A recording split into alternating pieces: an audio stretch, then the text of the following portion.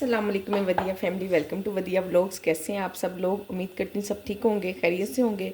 अल्हम्दुलिल्लाह अल्हम्दुलिल्लाह मैं भी ठीक हूँ, आप लोग भी ठीक हैं।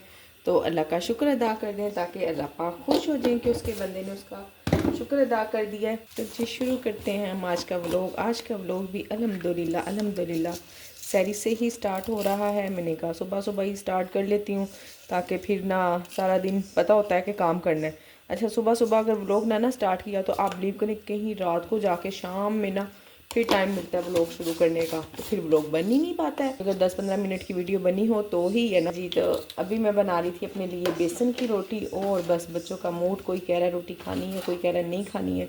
ऐसा ही होता है जब 2-3 दिन के बाद ना मूड ऑफ हो जाता है, फिर खाया नहीं जाता। पहले बस 1-2 दिन सहरी बड़े अच्छे से जोशो खरोश से करते हैं और फिर उसके बाद करने को दिल ही नहीं चाहता।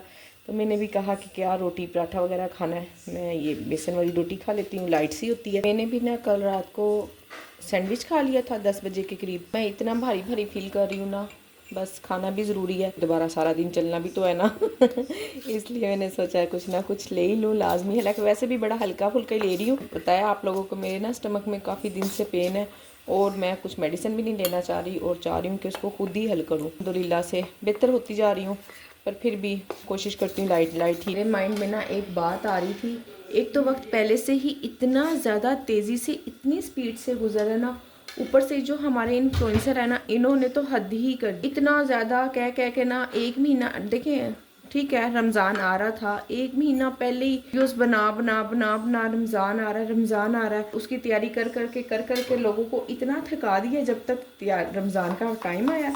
और लोग वैसे ही थक जाएंगे सुन के ही, और ना काम कर के ही इतना लोग थक जाते हैं। तो और दूसरा अब अभी ईद में देखें इतना टाइम है, इतना टाइम है, तो अब ईद वाली वाइब्स आने लग गई हैं, यानी कि ईद वाली वीडियोस आने लग गई हैं। ठीक है, होना चाहिए, पर इतना भी नहीं कि इंसान इतना वक्त से पहले पहले इतना ज़्यादा दूसरे को भी बोर कर दे और खुद भी थक। तो वक्त तो पहले इतना तेज़ी से गुजर रहा है, हम तो संभाल ही नहीं पा रहे हैं टाइम को। और ऊपर से ये कह कह के एक पहले ही मेरा ख्याल है कि इंसान को ना वक्त के साथ साथ ही चलना चाहिए, इतनी ज़्यादा जल्दी भाग दौड़ नहीं होनी चाहिए। और इस तरह दूसरों में ये सास दिलवा के कह कह के वीडियोस बना बना के अब ईद की तैयारी कर लो, ईद की। ठीक है, अभी हर एक को पता है, हर किसी को पता है कि उसके लिए ईद आ रही है। कोई हर इंसान अपने बजट के अकॉर्डिंग तैयारी कर लेता है, सिर्फ अपनी ही वीडियोस के चक्करों में दूसरों को परेशान कर देते रख देते हैं ना, जिसकी कोई इंतहा नहीं। आप लोग बताइएगा कि आप मेरी इस बात से एग्री करती हैं या नहीं करती हैं कि वक्त तेज़ी से गुजर रहा है और ऊपर से हमने उसको कुछ और भी स्पीड दे दी हुई है। 2-3 दिन से ना बच्चों ने चाय नहीं पी, तो आज इंसिस्ट कर रहे थे, कह रहे थे चाय दे हमें ना, हम फिर सुस्ती सुस्ती फील करते हैं सारा दिन। मैंने कहा चलो जी ठीक है, फिर आज आप लोग चाय पी लो दही के लिए। फिर थोड़ा सा ही दूध बचा है, तो देखें क्या करते हैं। सोच रही हूँ दूध या तो बढ़ा लूँ या फिर बाहर से ले लिया करूँ, ज़रूरत हो उस दिन दही थोड़ा बहुत जितना भी हो। मैं जो जमा रही हूँ ना, तकरीबन मुझे 1 किलो दही लाजमी चाहिए होता है कि जी है। तो या तो फिर ऐसे करते हैं, देखते हैं क्या करना है। असल में जब दूध बहुत ज़्यादा भी हो जाता है ना, फिर भी ठीक नहीं रहता, क्योंकि आपको पता सबके तो रोज़े होते हैं, तो किसने इस्तेमाल करना। तो जी ये है मेरी बेसन की रोटी, हाफ़ बन चुकी है, हाफ़ भी मैं बना लेती हूँ। जल्दी जल्दी बैठ के सहरी करते हैं, क्योंकि टाइम बस ठीक है, बहुत ज़्यादा भी नहीं है और कम भी नहीं है, पूरा सा टाइम है। बातों को ज़रा देते हैं स्टॉप अभी। तो जी अल्हम्दुलिल्लाह से ऑर्डर आ चुका है, और मैं ना तकरीबन 8 बजे सोई थी और 8 बजे मेरा किचन ऑन होता है। किचन ऑन करके सो गई थी और जब ऑर्डर आया तो अब उठी हूँ। और ऑर्डर है जी पकोड़े हैं, कश्मीरी टी है, बनाते हैं। और मुझसे एक बहन पिंक कश्मीरी टी की रेसिपी मांग रही थी। आप मेरे चैनल पे जाएंगी, तकरीबन 8-9 माह पहले ना हुई है वीडियो, तो ये कोई आसान सा मेथड नहीं है, यानी कि ना बड़ा लंबा प्रोसीजर है। तो आप वो वाली जाके वीडियो देख लें, पिंक कश्मीरी टी के नाम से है, थंबनेल वगैरह पे भी लिखा हुआ है, ईजिली आपको मिल जाएगी, कोई मुश्किल नहीं होगी। आप लोगों को मेरी आवाज़ सोई सोई लग रही होगी, हालांकि मैं गई हूँ वॉशरूम, फ्रेश होकर आई हूँ, मुँह धोया मैंने, ब्रश तो सही नहीं किया था, ज़ाहिर अब तो नहीं कर सकती थी, तो फिर भी ना आवाज़ आपको ऐसी ही लग रही है। तो बल्कि ऑर्डर आया, मैं उठी हूँ, कपड़े भी काफ़ी धोने वाले हुए थे, तो मैंने कहा चलें पहले जाकर एक लोड मशीन में लगा कर आई हूँ, फिर किचन में आई हूँ। 2 आलू पराठे और 1 पराठा।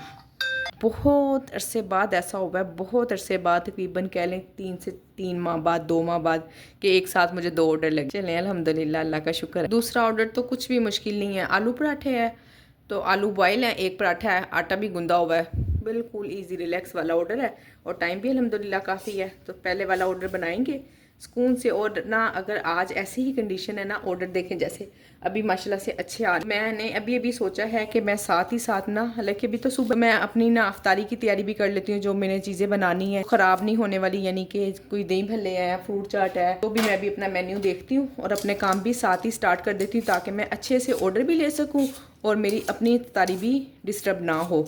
और सुकून से मैं जाके अगर ऐसे ही ऑर्डर आए अच्छे अच्छे, तो इंशाल्लाह अफ्तारी के टाइम पे आधे घंटे के लिए ना फिर मैं इसको बिज़ी कर दूँगी। पकोड़ों को आपने अंदर से सॉफ्ट और बाहर से क्रिस्पी बनाने के लिए ना, इसमें थोड़ा सा गर्म दूध लाजमी डाल लिया करें, इतना टेस्टी बनते हैं ना। ये मेरा रिपीट ऑर्डर है, यानी कि कल अफ्तारी के टाइम पर भी आया था। आप कल वाली वीडियो देखेंगी ना और आपको पता चल जाएगा। कल मैं आपको दिखाती हूँ डिवाइस पर। ये देखें जी, कस्टमर का नाम पड़े हिबा चौधरी, ठीक है। आज का ऑर्डर है, रेडी टू डिलीवर नहीं हुआ। वापस गए पीछे और यस्टरडे वाले ऑर्डर खोले। ये देखें, ये है जी यस्टरडे का ऑर्डर और ये है हिबा चौधरी। कल भी इनके ये देखें पकोड़े थे। इसलिए ऐसे ही कस्टमर बनते हैं रिपीट, जब हम उनको अच्छी चीज़ देंगे तो ही रिपीट बनेंगे कस्टमर। और अगर आप अभी तक ऐसा आपने नहीं किया, अभी आपने ट्राई नहीं किया दूध डालकर, तो ज़रूर करें। सारा दूध नहीं डालना है, बस थोड़ा सा ही आपके सामने मैंने दिखाया, बाकी मैं पानी ही डाल रही हूँ। हाफ हाफ आप अंदाज़ा लगा लें, ठीक है ना। और इसको मिक्स करेंगे। ऑयल मैंने गर्म होने रख दिया। आते हैं ऑर्डर। तो जी अल्हम्दुलिल्लाह से एक और ऑर्डर है और मैं बना रही हूँ, साथ साथ अपने घर की इफ्तारी भी स्टार्ट हो गई है। आज बच्चियाँ घर पर हैं और वो कह रही हैं जी हमने इफ्तारी बनानी है। मैंने कहा ठीक है।